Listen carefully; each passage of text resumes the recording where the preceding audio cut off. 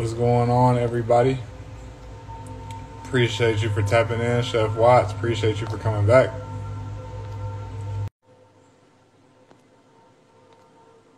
We'll get started in a second. I'm bringing on our co-host for today, my guy. What's good, man?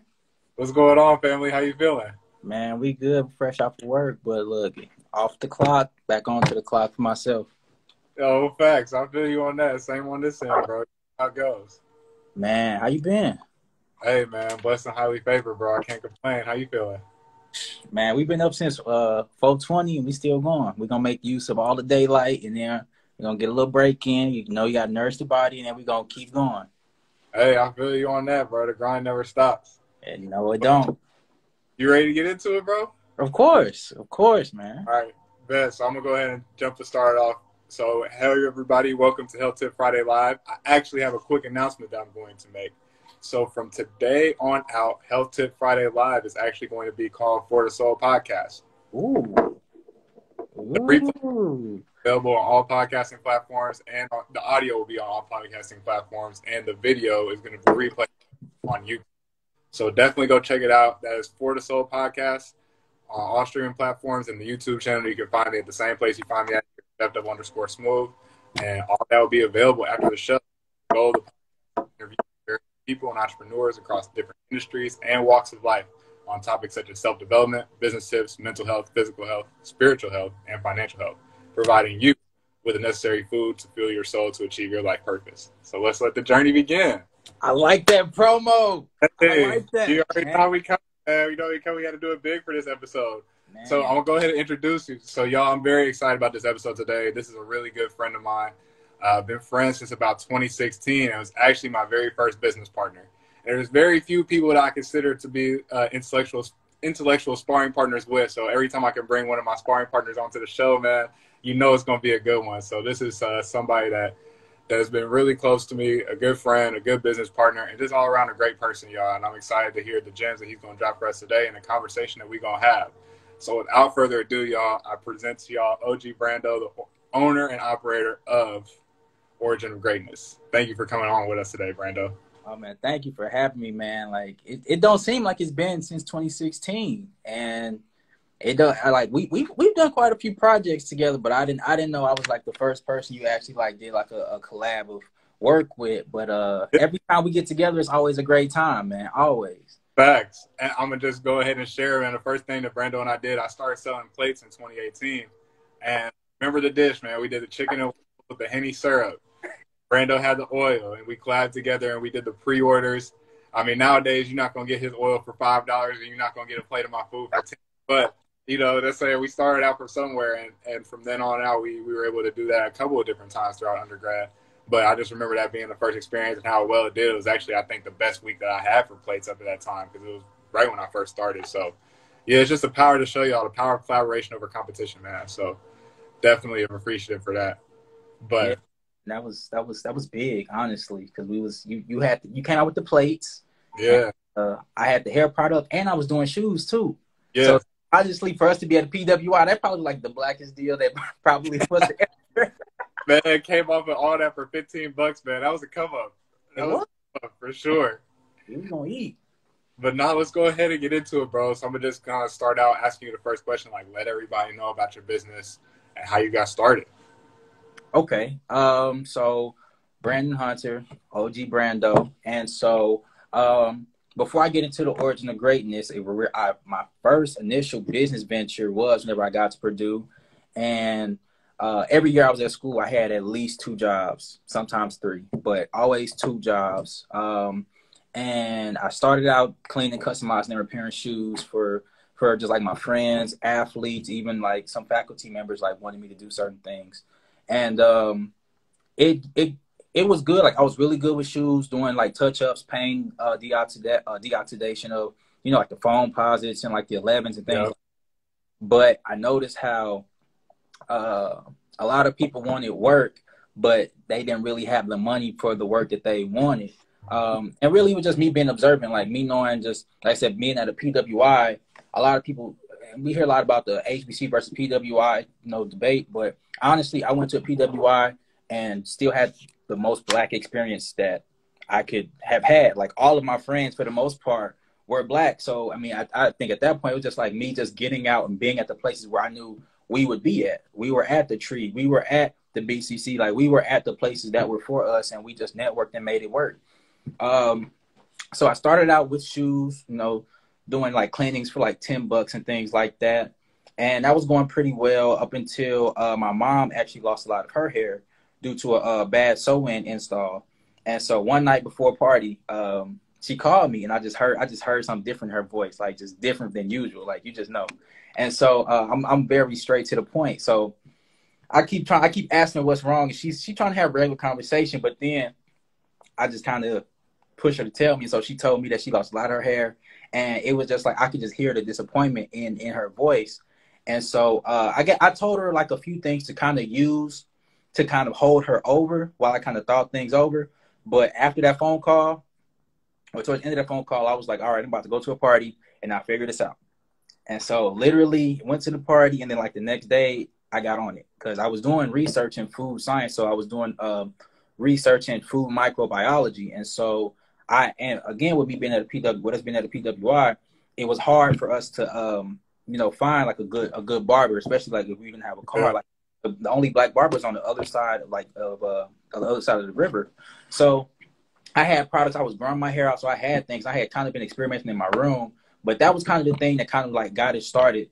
Like that happening to my mom, and then me already kind of like self-experimenting with things, just growing my hair out, my beard. I was trying to get twisted at the time. But yeah, so it started with my mom, and then I kind of developed a product and just kind of started like applying the principles that I was utilizing and learning from doing research. And then I was pursuing my degrees in biochemistry and nutrition. So I was just all in different facets of chemistry and incorporating and working with food, nutrients, and things like that. And so I would say before this, I wasn't the best student, but this definitely made me conceptualize and put everything together in the class and kind of helped drive me more to develop my first product, which is my OG hair sheen, which for my mom's situation, it took her about 7 to 8 months because it was considered a head wound. So she had like a scar. But now it's like, I think, yeah, it took about a year or so. But now my mom, her hair is longer than it was before the incident, and my product has helped plenty of other people, you know, regain, you know, hair that have been lost due to, you know, certain whatever factors it like may have caused it. Even guys with beards, like it's definitely been a good product, and it was kind of scary because I developed it. And I'd say it took me about a month to get a solid understanding of it, and I kind of had those developmental obstacles of, you know, people not liking the scent or maybe like textures and things like that. But I never had anybody have like a bad reaction to the product. So that was something that was kind of scary for a while, like, because like, okay, I have something that's good, but if something seems too good, it probably is too good to be true. But I've just literally never had anything like to that degree. The worst thing that anybody was said was they didn't too much care for the smell of it, but everybody has always gotten consistent results. And ever since I made it, people have always gotten results within about 3 weeks to about like a month's time of something noticeable. And that was something that kind of scared me in the beginning as well. Because I was like, well, is this just happenstance, or is this something that I just did? And so as I continued to develop it and perfect it, that was just like, those things were just consistent across the board. Like nobody had any type of adverse reactions, and people had just continued to have like consistent results. Well, those who paid attention had those consistent results. And so I did that. And then I developed my hemp seed butter to kind of help those to get through those Indiana winters, because they were waiting on those buses and walking in that cold. That was another thing too. And so I went ahead and developed the hemp seed butter to like kind of help us get through those winters. And honestly, I really just develop products based off kind of like my environment, based off of things that I hear people around me that I care about, like saying that they need, and things that aren't being met.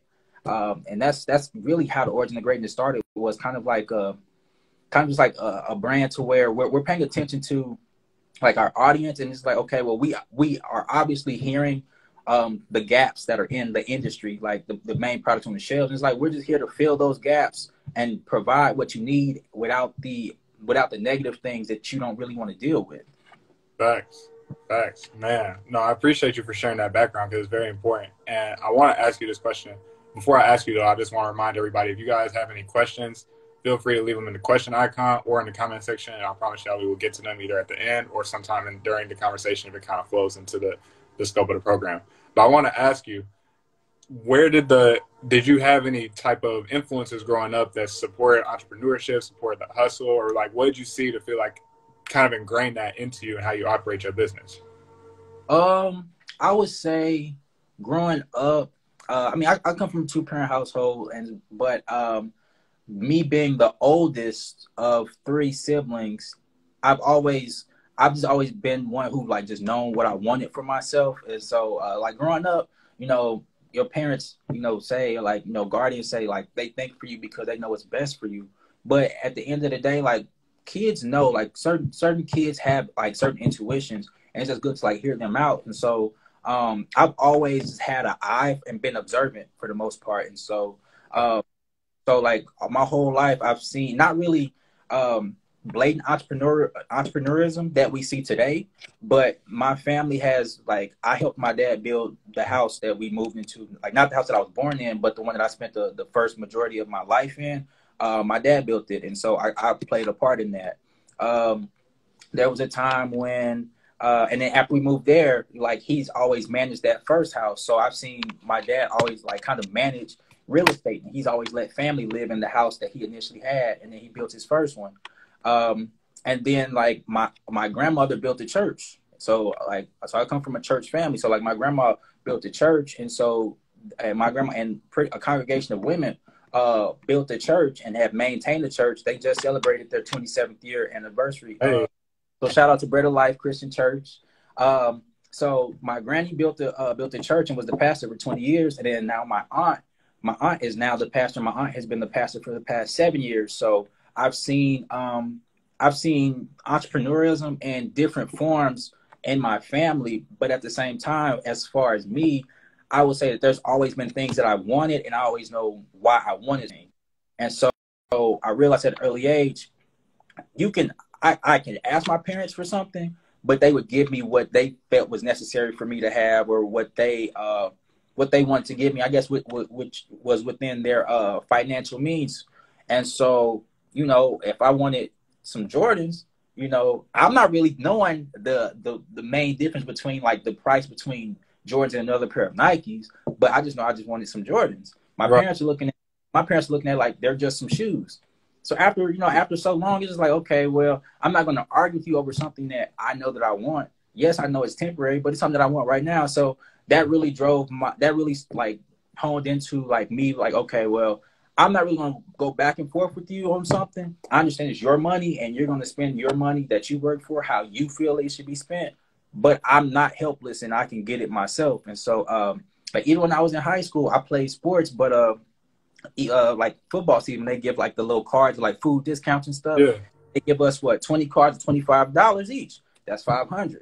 So if the school give me $500 worth of cards, but people give extra donations or whatever, well, at the time, Jordan was about $198 retail, you know. So all I needed was 200. So it's like, all right, cool. Y'all got y'all 500. I got my shoes, or I got whatever it was. So that's really kind of like how I was growing up, just like seeing just certain family members just have certain hustles. And like my immediate family, as far as like my dad and like real estate, my granny and my aunt, as far as like managing the church and just like, you know, just other hustles that I've seen just like in my environment. So like that all just kind of played a factor in people who know what they want, figure out how to get it.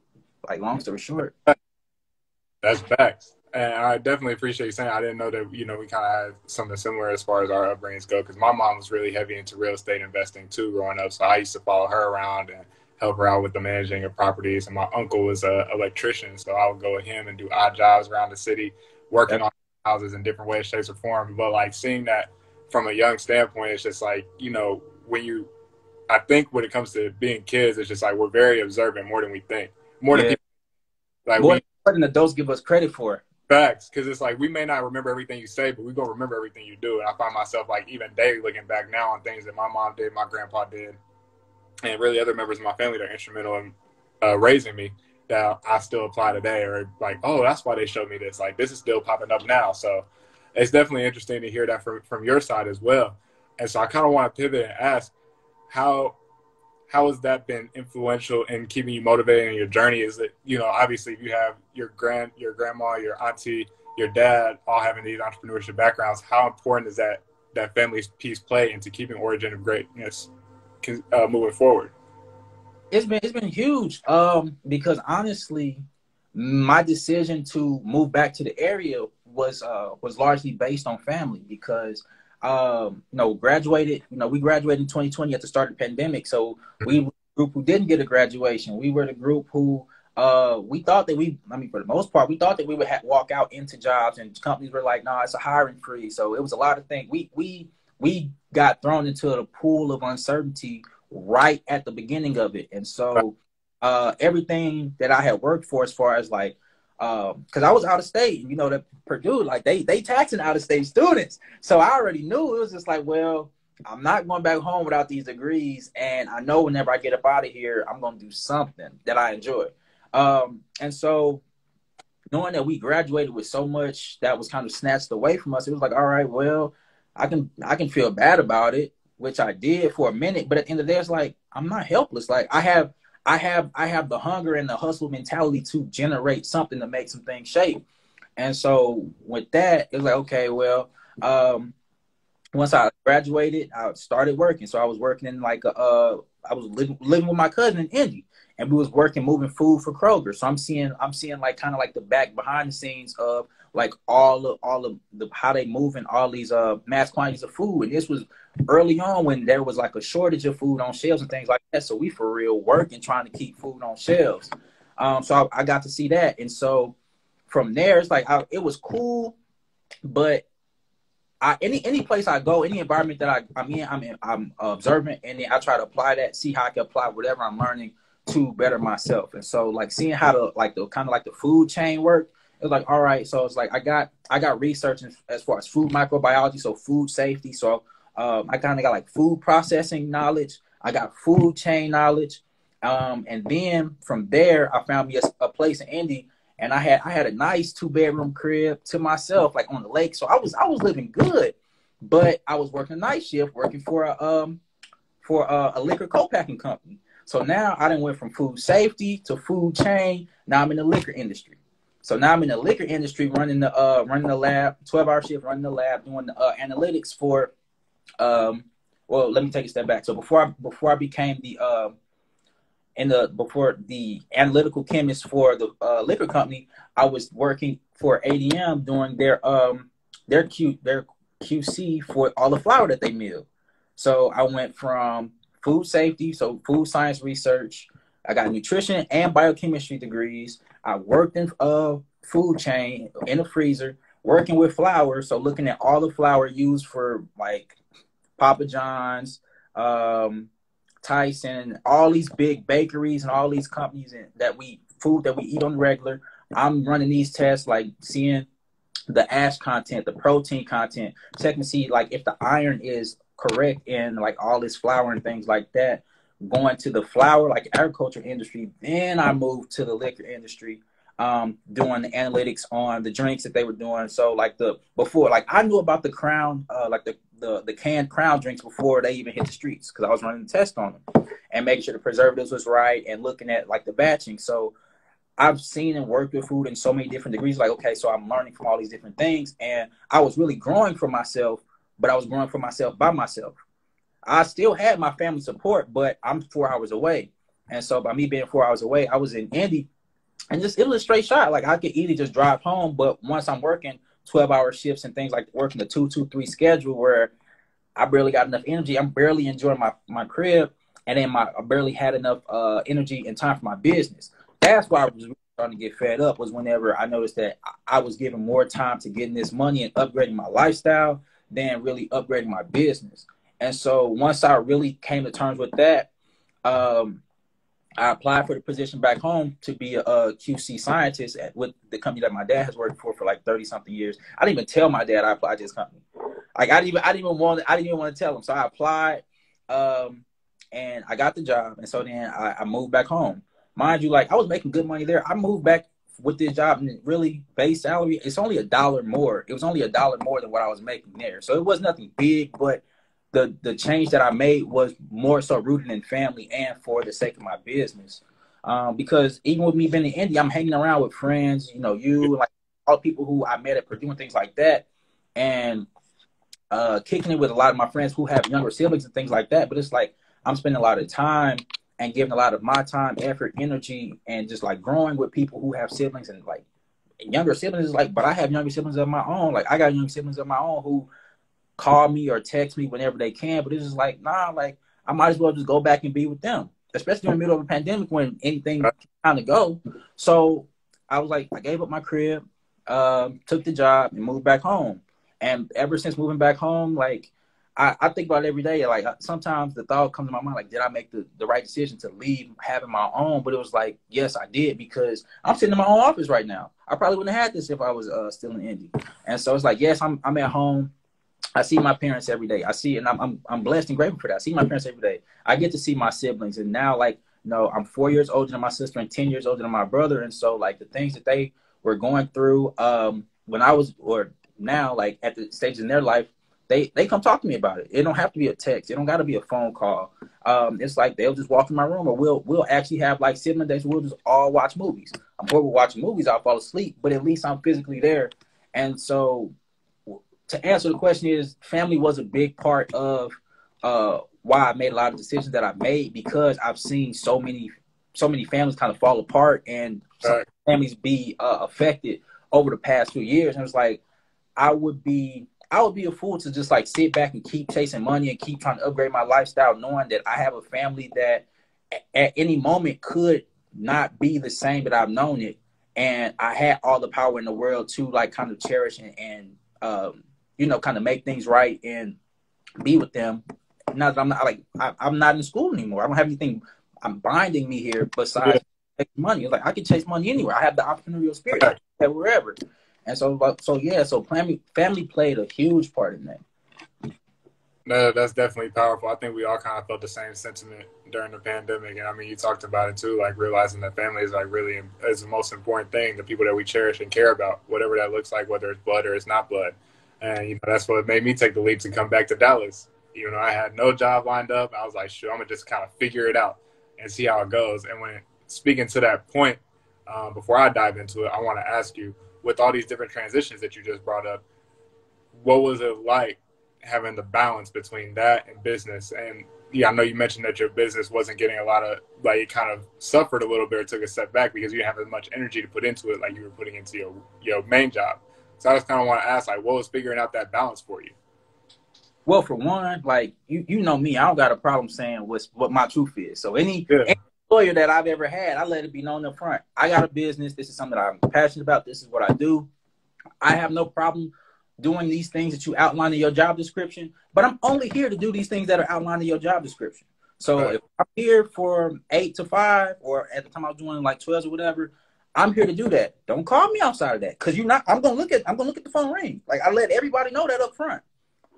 So I'm very intentional. I try to be as respectful as I can, but I'm very clear cut, intentional with where I stand with a lot of people and companies, with myself and my business, because I've seen my parents work my whole life. So I know how these companies will work you.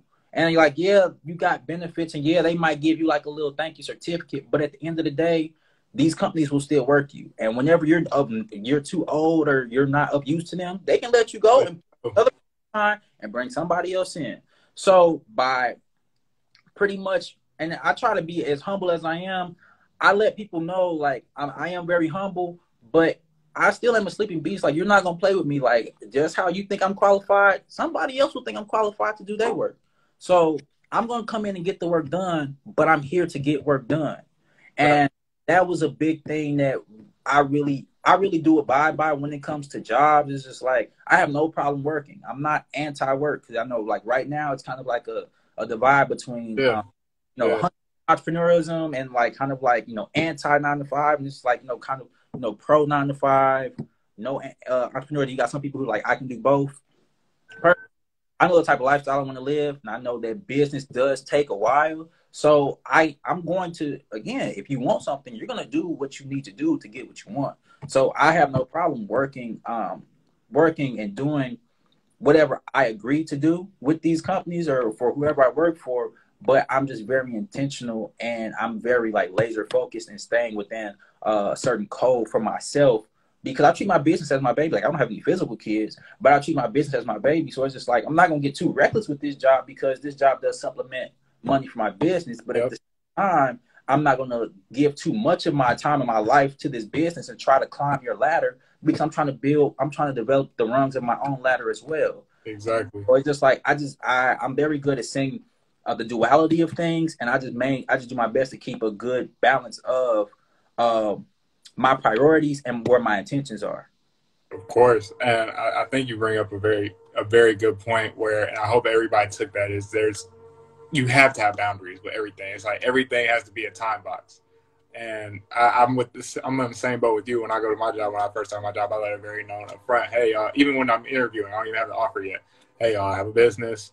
This is what I'm going to give my all while I'm here, but I'm not doing anything outside of that time zone. And it's just like, if you hit me up outside that time zone, I'm not going to respond until the next day when my time is back on again. It is what it is.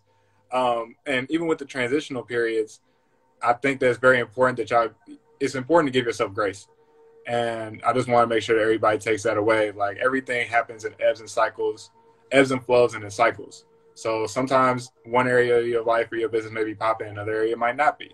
And it's okay with that. It's okay for that. Everybody experiences that. So I just want to make it clear, like, even if you are going through something personally where you may be working a lot more and not putting enough energy into your passion, that's just a cycle that you're in right now. And if you recognize that you need to change it and you feel something in your spirit saying that it's time to change that, that's when you act on it.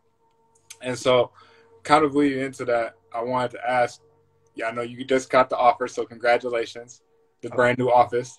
Okay. I want to ask, when do you know that it's time to scale for your business to be able to say, okay, now it's time for me to leave this space that I'm in right now and upgrade to this new level that I'm trying to reach? For me, it's easy to tell when it's time for me to evolve and like break out of a cycle whenever I start to see the same, or I start to get the same results. Like, because the definition of insanity is doing the same thing and expecting something different. Right. And so it was time for me to upscale. One, because whenever I moved back home, my family had got a dog. And I was like, oh, great, this ain't what I signed up for. But I was like, okay, so I've always worked in quality. I worked with food, and I just quality of products. And so I know it was just like the facility that I work in for a pharmaceutical company that I work for, we only deal with animal products. So any product that we make that is not an animal product is done at another site.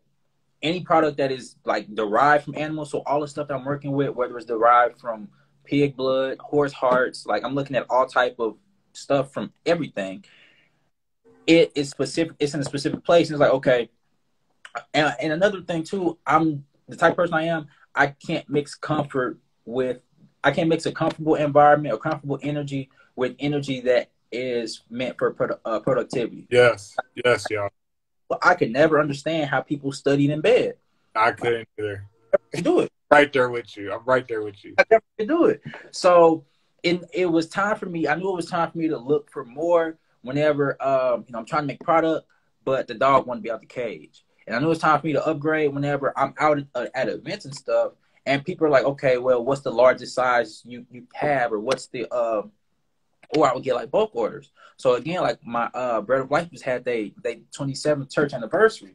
And so like the pastor, my aunt, she was like, well, she wanted all her guests to have a hemp seed butter. So she paid for 35, butters or whatever. If I'm in the house, that would have taken me a lot more time to make and to because I do my packaging, I do my production, I do up until recently, I was doing all my labeling for all my products. So I'm making these certain size batches, and I'm still sitting there doing labeling a couple hundred bottles, and trying to make time through things like that. Granted, I do have help. Like my sister, she would help me. My brother, they would help me count things like that. I got sisters who would come into town and help me. So shout out to Kobe and Kelsey.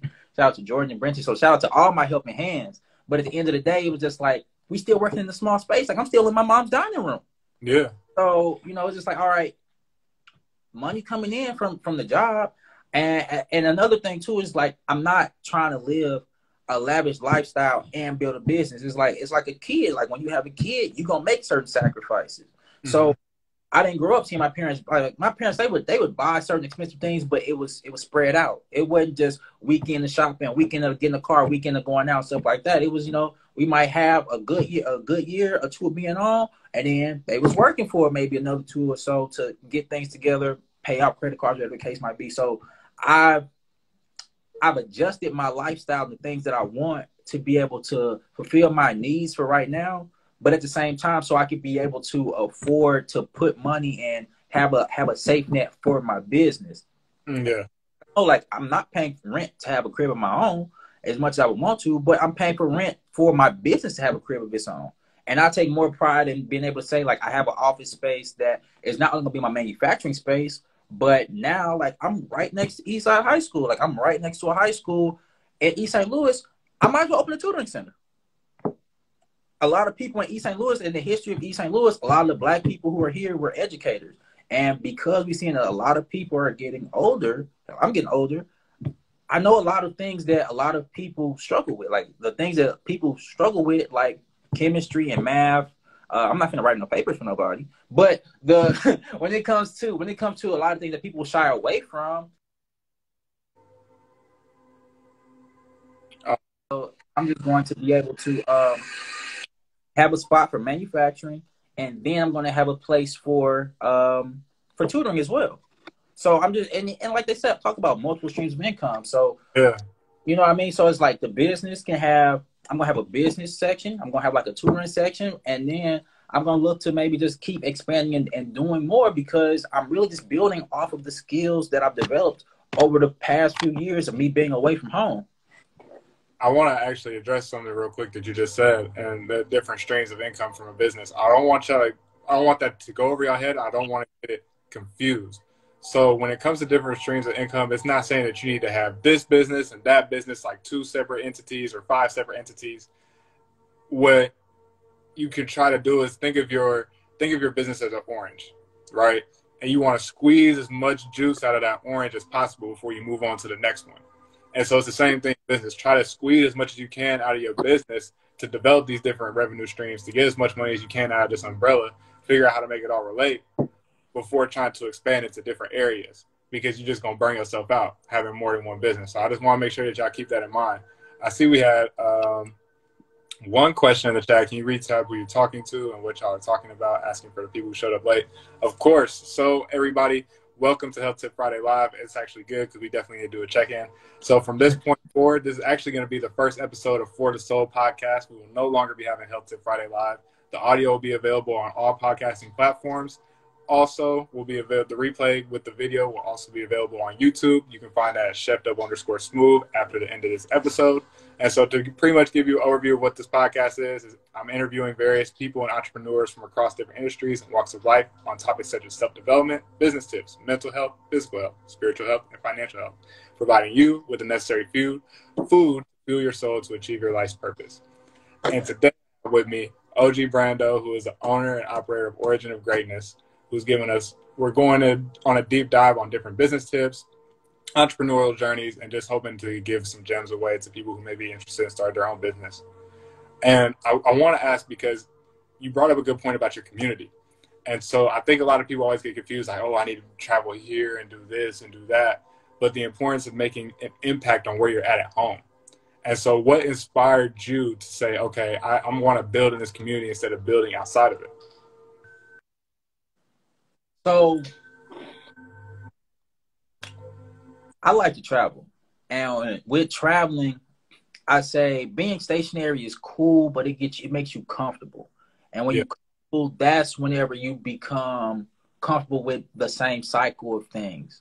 And so if I was to remain comfortable, I probably would have never been like, it's time for me to upgrade. So and I don't know why, but even at my years at Purdue, a lot of like my advisors and certain people would put me in certain uncomfortable positions. Like people would be like, yeah, you're gonna I would show up and like, I'm here to support you. I'm like, no, you talking. Me? When? Now. What you mean now? Like go up there and talk right now. Or like, certain things like that. And so I think it's because people might see, and I know that I have a good ability to adapt and like think real quick. So whenever I travel, I like to go out and just kind of like observe and be a nobody. Like I like to float. Just go float and observe and just see how life is other places, because nothing is really new under the sun, but a lot of things differ in like variety. And so what really opened me up to getting out was shout out to Myron and Dr. Morris and people in the Office of Multicultural Programs, College of Ag at Purdue. They were the first people to get me out of the country, and so we went to Columbia. So I went to Columbia on quite a few occasions with them, and we did like service hunting projects. And so I noticed like the biggest thing was we didn't just go down there and just say like, oh well, we from America. We think this is what y'all need. Like, nah, we went down there. We would like see like the community of the Palenque, and we just like talk to them. We're like, what do y'all need? What do y'all want? And honestly, you'd be amazed at like some of the stuff that we think that people need. They don't even want. Like they just want like simple things, like minor fix-ups and things like that for their community. And so that was like okay, and just seeing how like people really take pride in where you come from, and like wherever you are, it's like they say home is where the heart is. And it's like, all right, well, I know I got the heart of hustle. I know I can survive anywhere I go because I've been in some great situations abroad, and I've been in some terrible situations abroad by myself. And I had to think for myself to get myself out of certain situations that I got myself into. And like thinking of it like that, it's like, okay, I know that I have the mental capacity to think through and around certain things. So, and then also too, I was out and I'm living and I've spent time with so many different people, different cultures, and just like different people. Like I was in Indianapolis and things like that. And so what really got me was like, I really do care about health. I really do care about nutrition. But if I'm meeting all of these people and I'm hearing that a lot of people in general are struggling with back pains, foot aches, wanting to lose weight, I'm hearing all these different things, but it's just like at the same time and seeing how things are genetic, it really just hit me one day. It's like, how could I try to help all these people in all these different places around the world and not start with the people who brought me into the world and the people who I've been living with starting out? So it's like, so really it just came, like, I just came to terms with like, before I try to be Superman for anybody else, I'm going to try to get my people right. And that's what I've been doing. Like, I really want to have like my own nutritional consulting services and things like that. And I still do. But how could I say that I'm a nutritionist and I'm pretty sure whatever I do, I'm going to be successful at. But how could I say I'm this nutritionist and I know so much stuff about health and things like that, and I don't work with and try my hand at with the people who I know, like family? So that really kind of just like brought it all in. So it's like I kind of have to explore out to make me appreciate what was in. And now I got out to explore what was out there and to see like every city is pretty much the same. You're gonna have, you're gonna have your low income, your probably the more dangerous areas inside, and then things are just gonna get better as you go from urban to more suburban. All cities, no matter what country, like they're all pretty much set up the same. And so like once you kind of get a feel for how things generally are, it's like, okay, I can always go to whatever the popping cities are. You got money, you can pretty much go and be wherever you want to go. But at the end of the day, money is printed and renewable. You only get one set of parents. You only get one, set of siblings that you're given, or whatever the case might be. So I really just want to focus on having an impact at home before I decided to just set out and then try to just do my own thing in the world, because I know I have my own life to live. But at the same time, I know a lot of people who probably have more days behind them than they do ahead of them. So I might as well try to help these people enjoy this set of their life that they have left to live and that they're looking forward to enjoying. And I still got a full set of my life to live. There's two big tips I want to pull out of that to make sure that everybody gets. Was one, the fact that sometimes you have to look out to find what's within. Sometimes we don't have the self-recognition that we need, and we can pull it from different people and different experiences to help in our own personal journeys. The second thing I do want to highlight that you talked about, and it just actually slipped my mind, but maybe it'll come back to me later. while it's coming back to me, I want to go ahead and pivot and ask you, for both of us to kind of be able to chime in and give our recommendations. Or what are some business tips that you feel like you wish you would have known in the beginning, that for anybody out there that's considering starting their own, that you would want them to know? Keep track of everything, because, and I'm gonna be so transparent. Everybody's a boss until the IRS get on you. That's it. Like that's number one. That is number one. Keep track of everything. Even if you just kind of like, it's just an idea and you know, get everything solidified, LLC, get, like, once you decide that you're gonna be a business, start moving as a business, the people they're gonna be watching you. Like, you could do all of the cash app, all this other stuff. You're not getting money that's not printed by the boys. So before you book, like, I'm so serious. Receipts, organization, all that, because everybody's a boss until the IRS steps in and ain't nobody over them. So, like, that's the biggest thing right there. Cause I'm like, yeah, and my business was started towards the end of 2019. And whenever I looked at it, they wanted $7,000 for like the last 3-4 months of 2019, but $4,000 for the whole year of 2020. The math didn't add up to me, but you know what? When they make the rules, it's whatever they want to do. Fortunately, I went through the whole process and got all that like straightened out. But at the end of the day, by me trying to start this business as an undergrad student, and me thinking like, oh, I'm just about to get to this money, and like, yes, this hustle is going to transform and grow into a business. No, the moment you decide to step from a hustle to a business, you're going to have to move and adjust your moving, spending habits, and your mind state as, okay, I gotta be legit. Like, that's really what it's down to. You gotta be legit. I mean, like, the best way I can put it is, you're going to pretty much, you might as well get accustomed to covering your ass before you have to. Like, that's the best way I can put it, because Right. everything is tracked. Everything is tracked. Everything is monitored, and you might as well do your homework before they come to you. And then now you scrambling looking for stuff, and now you're like, it's a lot that goes into that. But that's first and foremost is what I would tell anybody: have your ducks in a row before you got to figure out how to get them together. The second one is, I know we talk a lot about Black business, but I'm gonna just be the one to say it. Black businesses is great, but it's your own people that probably would do you the worst. So when it comes to like racism and things like this, I feel like, yes, racism is real, but at the end of the day, I don't really care about race like that, because I care more about, I consider beings of character. And beings of good character come in different shapes, sizes, and colors. They could be some of the poorest people you see on the bus stop, or some of the richest people you'll ever see and have money that you would not be able to fathom. Whenever it comes to Black, white, Asian, Hispanic, whatever the case might be, yes, people are going to feel that's very shallow, because a good person, once you realize how good of a person is, you really don't take into account their race like that. You really don't take into account like certain shallow physical attributes that you see.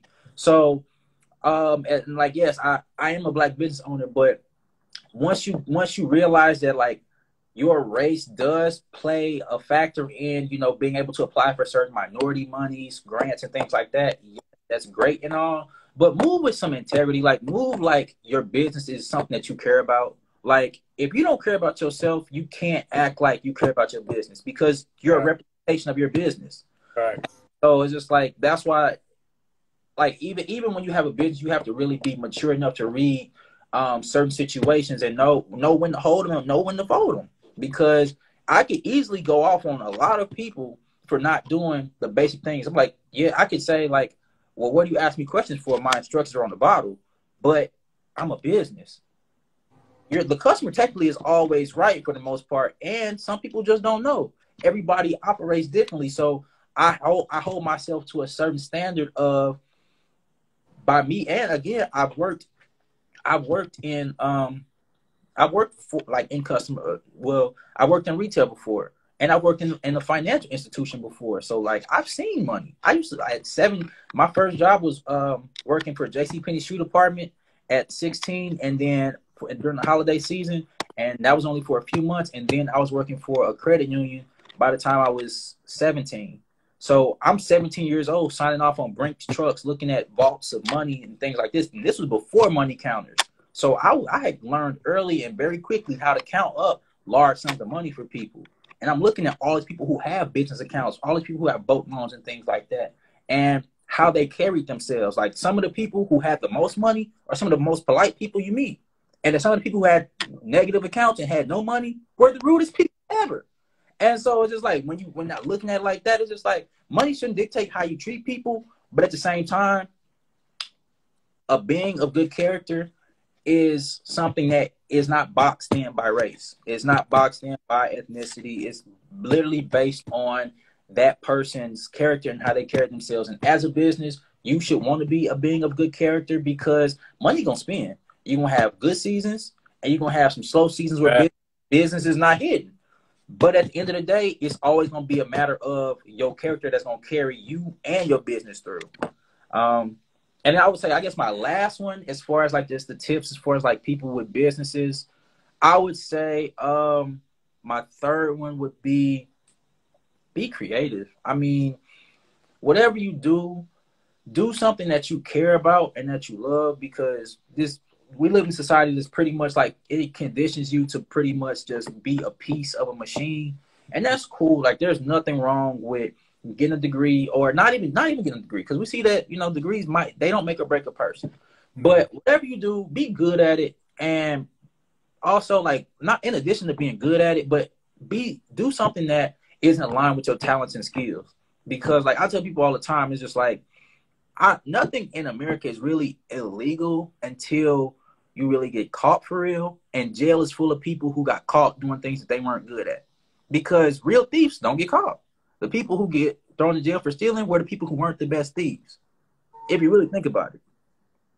So it's like whatever you do, what you're good at, because it makes it easy. And I think that I've heard in a podcast somebody say like your genius is like the intersection of your passion and what you're good at. So when you're like a genius at something, it's like you could talk about it all day. Like I could talk about my products. I could talk about nutrition. I could talk about certain things because that's the intersection of what I've given like my mental, like my mental attention. And it's just where my like natural skills, my natural skill set is, like just my natural aptitude is. So those are like the three things. It's just like, be on your P's and Q's with the money. Don't look too deep into the semantics of race and things that divide us.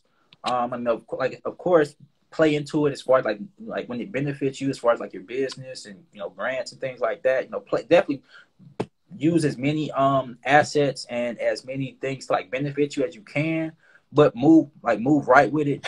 And then lastly, I would just say like just definitely just like do what's right and feels natural to you. And I remember what I was going to say earlier. The thing that you had mentioned was asking people what they need. That's a very important business tip because you don't want to come out and develop something that people don't need. Then people are not going to get it. So it's basically very important to stay in touch with that. But I appreciate all those gems that you brought up, and I agree with them 100%. And so the ones that I'm going to add to that is it also is very important that you take care of yourself because you're a visual representation of your business, like Brandon mentioned. I can't stress that enough. Practice what you preach would be my first. Yep. Make sure what you put out there is what you living by. Because if you put stuff out there that you're not personally living by, people are going to look at you as a joke. Yeah. That's one. My second thing is don't get caught up in all the noise. Obviously, you got to take things into consideration and listen to your customer base and your people. But at the end of the day, know when to take in the information and know when you got to block it out and really be laser focused on what you're doing. I think that also people, the main key to everything is being consistently disciplined.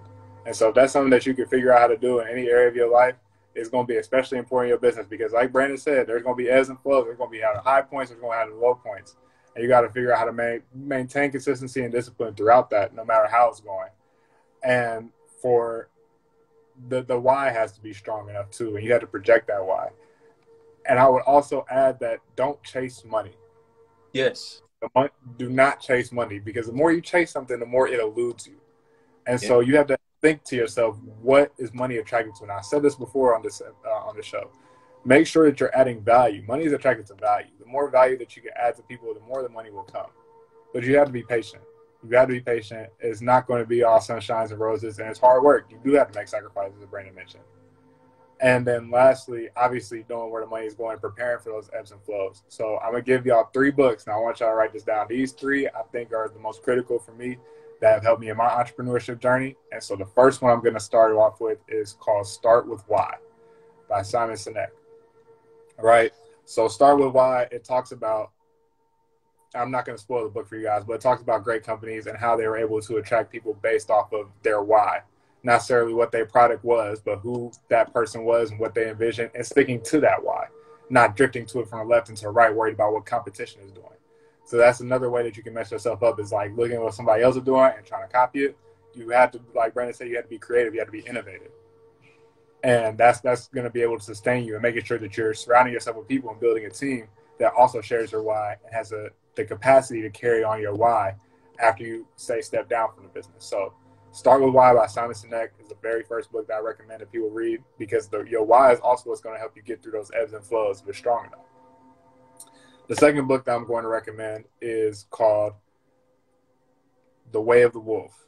I believe the name is John Belfort. I'm reading it right now, but it talks about the art of selling. And even if you don't be like, oh, I'm not, you have to sell yourself in some way, shape, or form, whether you're selling a product or you're selling yourself to somebody, just knowing how to interact and how to move in those spaces to make sure to build trust in somebody so they can trust you and trust your brand, trust your company and the product that you're delivering. So it's a very important book. Everybody needs to know how to sell, even if you're not in sales directly. It is applicable to all aspects of life. So that's a really good book. And the third book, also going back to the ebbs and flows, is called Profit First. Can't remember the name of the author, but once the money does come in or start coming in, you need to know what to do with it. And so this one talks about specifically how to set up your business accounts and how to allocate those funds. You have to do a little bit of homework to figure out what allocation is right for you percentage-wise. But to give you a gist, he basically says that you need 4 accounts, because you also, people who go into entrepreneurship and don't get to reap the benefits of it, right? So it talks about how you can use the money that's coming into your business to also be able to enjoy life. So he said he calls 4 accounts that that you have to develop. Then this is the baseline. Everybody's business is different. Your operating expenses, your owner's compensation, taxes, and profit account, which is essentially like your cash reserves. And so making sure that you figure out percentages of what you allocate that money to, so that way you make sure that your taxes are taken care of. You have cash reserves to use. At the end of every quarter, you take a small percentage of, I believe, a small percentage of your cash reserves in a profit account, and you do whatever you want with it. So that way you can still enjoy the process of building your business while you actually building the business. And then also the owner's compensation is very important, because people oftentimes they'll get paid from their business and don't pay themselves. And the whole point of the business is to help with financial freedom, or whatever freedom it is that you're trying to pursue and try to live off of. So it's important that you have that instituted as well, so you're not just putting all of this effort into a business and not getting anything out of it. So those would be my 3 books that I recommend to y'all if y'all are really serious about going on this journey. So again, let's Start With Why, The Way of the Wolf, and Profit First. Those 3 will give you pretty much everything that you need to get started. Stay true to yourself, be consistently disciplined, and those are really the main keys to being successful in this. And by no means, shape, or form do I feel like I'm an entrepreneurship guru. I'm not where I want to be at yet, but obviously these have definitely helped in my journey, helped me get along the way. So I definitely want to share them with y'all if anybody's considering doing it. Brando, I mean, this has been a phenomenal interview. We could really go on for another hour if we wanted to, but we're not going to do that to the people. But I'm going to lay out the red carpet for you and let everybody know what's going on in Origin of Greatness, anything you want the people to know. Well, how many people have we got that who commented the code? Like I know we gonna be giving some merch to the people who are definitely joining the show. So how many people have we gotten that tallied up for the Smooth? How many people have knocked that in there? Put that in the comments. I'm looking right now. We don't have none, y'all. So at the very beginning of the episode, or actually before part of the promo was, if you comment Smooth OG, you have an opportunity to get some free merch and also a free cookbook from me as well. So yeah. Give y'all a couple minutes to see if there's anything that if anybody want to type any comments or questions. I'm just going to leave a follow-up for you, Brando, and just where can the people find you?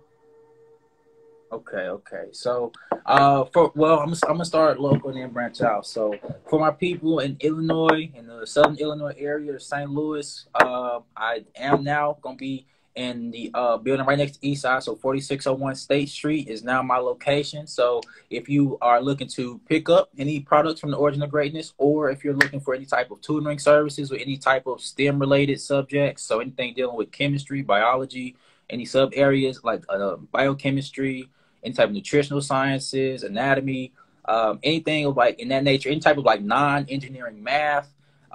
You can also, find us at 4601 State Street, Suite 170. And then on the social media, you can find us at the on Facebook. So it's at the OG LLC. On Instagram, it's origin_of greatness. So, and then we have our website at theog.net.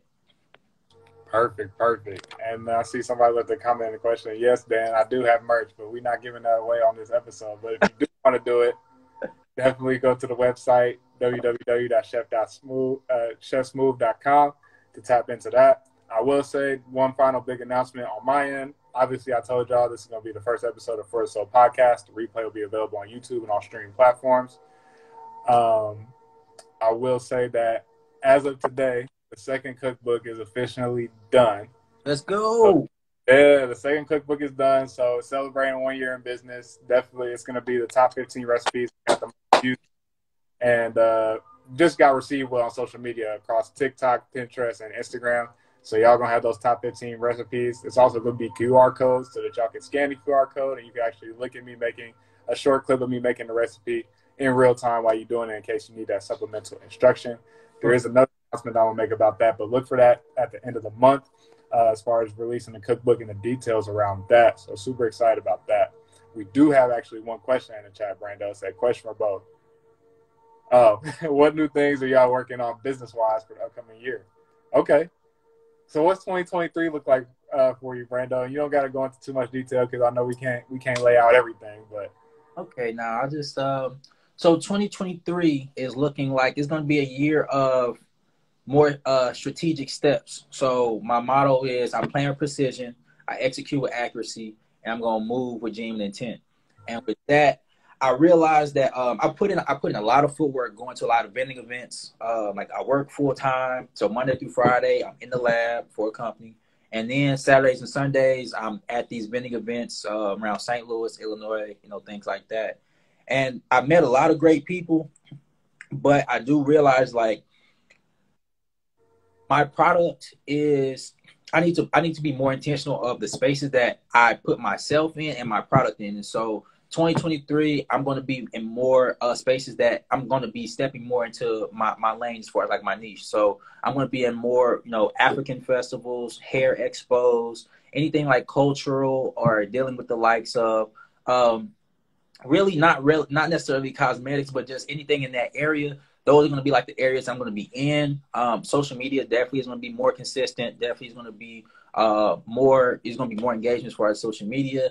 And I can definitely say 2023, we will see at least 2 products coming out. Yes, sir. We'll see at least 2 more products coming out in 2023. But as of right now, I'm just working on upscaling and just continue like just growing the products that I have right now, like the hemp seed butter right now. This is this is what I've been proof. Look, lips, tattoos, everything. But right now I'm only at 2 ounces. So for my people who've been on me about getting a larger size, we might have 6 coming out soon. Hey, I want to get live for that large size. I know it because when I tell y'all that hemp seed butter is the truth, that thing is the truth. So yeah, so so the hemp seed butter, that I can definitely confirm that's gonna be coming out in a larger size. So that for sure is gonna be coming out in a larger size. And just probably working to get into some more stores. Like I know I'm in a few stores right now where I am locally. I'm gonna try to see if I can reconnect and get back into some places back in like Lafayette and just kind of like reconnect with where I started at. But yeah, right now it's just been a place of just like solidifying the foundation, getting reestablishing my presence at home, and then also just like becoming more consistent with like the social media, just like engaging and reaching out and just getting more into this, because that's where everything is going. That's where a lot of things in networking is going right now. So Right. that's where it's headed. Hey, Les, I appreciate that. And then for me, y'all, 2023 is just more so officially stepping in my purpose. I spent a lot of time, and we talked about on previous episodes, trying to figure out what is and my purpose and my vision is. And so I think I've realized that I'm very passionate about educating, specifically on health and wellness, like I talked about before, self-development, mental health, physical health, spiritual health, and financial health. And so really just going to be stepping into that and figuring out how to be able to add the most value to the most people possible in the next upcoming year. So that's kind of going to be what my focus is. As far as products go, y'all probably going to see 2 more for sure next year. I don't know how much more that y'all going to get outside of that as far as the product space, but I'm really trying to move into the education space and really tap into that. And so somebody asked one more question for you. So as both of you are in the nutrition space, what do you hope to achieve at the end of your careers? So for me, nutrition it's a lifestyle, but like I like to look at it more so holistically. So honestly, before, and I'll speak on like my family for a bit briefly, but before I even attacked people's nutrients and like, oh, you need more vitamin D or citrus, I'm looking at lifestyle. I was like, okay, I came back home. I was like, why are we starting to cook dinner at 8 o'clock and then eating at 9? Why are we doing that? And then going to sleep. So it's just like before that, I'm not looking at a temporary fix. Like a lot of people want to exercise for a specific reason and not for themselves. Like it's cool to want to have a nice body for spring break, but spring break is only a week. And so you're going to go right back to not doing anything until the next spring break? No. So what I'm looking at is helping people understand and conceptualize. In order for you to improve your health, you got to improve your life and how you view yourself. And that goes with your everyday practice. Like I do my best to drink a gallon of water a day. And with drinking water, it's not a matter of, oh, I need to buy things to clear my skin. It's just like, no, like drinking water, having clear skin is a byproduct of drinking water. Having clarity and having a better understanding of the conception of time and stuff like that comes with sleep and things like that. So I'm looking at more of just like lifestyle changes. Like a lot of people ask me, what do you suggest for losing weight? And I always say the same thing. And it's just same basic things to just test where people are. Increase your water intake, increase your fruits and vegetables, increase your sleep. And what a lot of people don't realize, a lot of people feel like you have to stop eating in order to lose weight. And it's like, well, when you stop eating, you put your body in starvation mode. Now you got your body not knowing when it's going to eat, which is going to make it harder for you to lose weight. And so once I get people to realize there are small things that make a big difference before you start trying to get too specific, then it doesn't seem like it's a chore, because having good health should not be a chore. It should, me personally, I'm not big into like counting calories and things like that. You should enjoy what you want, but it should be in moderation. I don't eat pork or I don't eat beef because of like just the things that I learned, like processing and just working in the agricultural industry and things like that. But at the same time, I'm not knocking anybody who does it. It's like, there's nothing wrong with wanting a pork chop. Just don't eat a pork chop at 8 and then go to sleep at 9. And talk about your chest hurting. It's like, if you're going to have something heavy, eat earlier in the day so you can give your body time to process. Yes. If you want something sweet, don't do it like late at night. It's just like, there's just certain, I'm not knocking what anybody does. But I live by the principle, it's not what you do, it's how you do it. And I think that's the thing that that I'm working as far as like nutrition. It's more of like kind of like, I think of it more like lifestyle tweaks. That's more how I look. I share the same sentiment. I mean, for the goal at the end of my career is like I mentioned before, it's just to really impact as many lives as possible. But really, when it comes to food and nutrition, I think it's just important, like Brando said, that we need to look at how we're eating, when we're eating, and those lifestyle changes that we need to make. And so for me personally, I just believe that food is the first spot, because once you can take control of your eating habits and what you eat, it begins to unlock your mind. We know that food has a connection with our mood and how we think. Once we're able to boost our mental capacity, then we can begin to create things, and it will help boost our spiritual health and our financial health, because now we're being creative and innovative about different ways to bring money into our families. So for me, like, that's my end goal, is just to at least ignite that process to get people really seriously thinking about those lifestyle tweaks. and what the benefit of them is. And also, again, trying to get everybody to understand we're in an age of very instant gratification, and delayed gratification is a lost art. And to realize that there's an importance in it. Everything that's worth having takes time. Yeah. Making sure that we're able to have the knowledge and the wherewithal in our beings to be able to withstand those changes and to go through this process and not to give up. And even when days are hard or days are difficult or you don't want to do it, making sure that your foundation, your why is solid enough to carry you through those things. So I'll say that that's my goal. And I agree with Brando 100%. It's all little lifestyle tweaks if you can do it first. And it's crazy. I mean, the principle of the compound effect. You make these little changes, they spiral into big changes. You feel me? So if you start off with something simple as just drinking a gallon of water a day and that's it, you don't do anything else, then you're going to be like, I feel a little bit better. Let me start trying to walk more or do this. Walking turns into jogging. Jogging turns into running. Running turns into full-on workouts. You know what I'm saying? And then that compounds into other areas of your life outside of exercise. Now you're like, ooh, I'm thinking clear. Like, how can I start this business? Oh, wow. Well, how can I get funding? It's all a chain effect, but it has to start with something small. Those small things are going to turn into great things. So that's the nail on the head with that.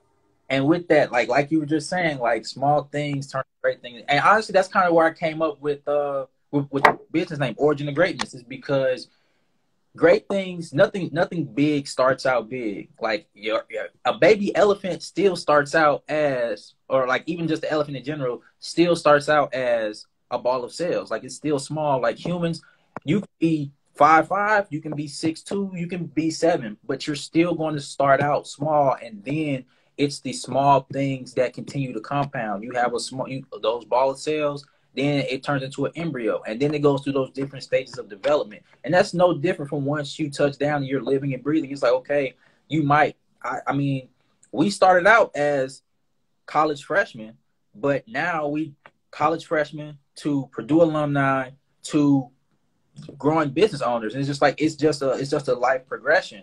And so, like you were saying, just like the small things lead to great things with care and consistency. And that's kind of like the premise of like what I noticed was it's like, okay, like with my mom's situation, it was just like, this is a small situation, but it doesn't have to stay like that. And I realized in talking with a lot of people move with the sense of where they are is just kind of like the hand that they're dealt. And just like, no, the hand that you're dealt can be the hand that you're dealt, but you still can pick up cards. You can swap out some cards, and you can swap out some cards for different cards. Like, just because you might not be the certain size that you want to be doesn't mean that that's how you have to be. It just means that you have to put the care and consistency into figuring out how you want to be and where you want to be. Facts. Hey, man, there's been a lot of good gems that have been dropped today, y'all. And again, like I said, Brando and I, we really could talk for hours about this, y'all. So, might have to do on them. Who knows? Look, let me know, man. Hey, say less. I'm just throwing that out there. Unfortunately, though, we didn't have anybody in the comments section comment Smooth OG throughout the entire episode. So, what do you want to do? You want to give everybody 24 hours and then maybe pick somebody who liked the post? How you want to work it? Or you want to just pick somebody that's in the live right now? So we'll what we'll do is let's just say we'll give people 24 hours. All right. Matter of fact, what we'll do is, because I heard that a lot of people don't pay attention. They don't pay attention until they pay. So we're just gonna make people pay by seeing how they paid attention. So anybody who leaves a comment of what they took away from this will be into the raffle. Okay. So whatever who here, for the people who, like, whether it's the book that you mentioned, whether it's something that I said, something that you said, a question that you mentioned, anybody who drops just a gem that they took away from this and how it either benefited them or like how they can use this to better themselves from this live will be entered into a chance to win merch from me and a book from you. I'm gonna actually double up on that because I really like that idea. I want y'all, if you do comment under it, I want y'all to repost that gem to your story, tag both of us in it, and so we'll do it based off of that. Whoever tags us in their story with the gem that they learned and did it in the comment section, you'll get the free merch and you'll get the free book. Yes. All right, everybody. So hey, get to it, y'all. Oh yeah. I had that. Look, Go We ahead. give 4 hours? 24 hours. So we'll cut it off at 6 p.m. EST tomorrow. 6 And we'll p.m. pick the winner then. Okay. It's 6:11 right now in Eastern Standard Time. So we'll just cut it off at 6. Okay. We'll cut it off at 6. So, yeah. All right. Well, y'all get to commenting. I'll make the post right now. And like I said again, the audio will be available on all podcasting platforms. The replay will also be available on YouTube. Make sure y'all go check that out, Chef_Smooth and For the Soul Podcast. Brando, I appreciate you for tapping in with me today, bro. Be blessed and be safe. And hey, y'all, stay on the lookout for part 2, man. Who knows? Yeah. Everybody keep it OG. Yes, you already know. All right, fam. Peace. All right. Bless.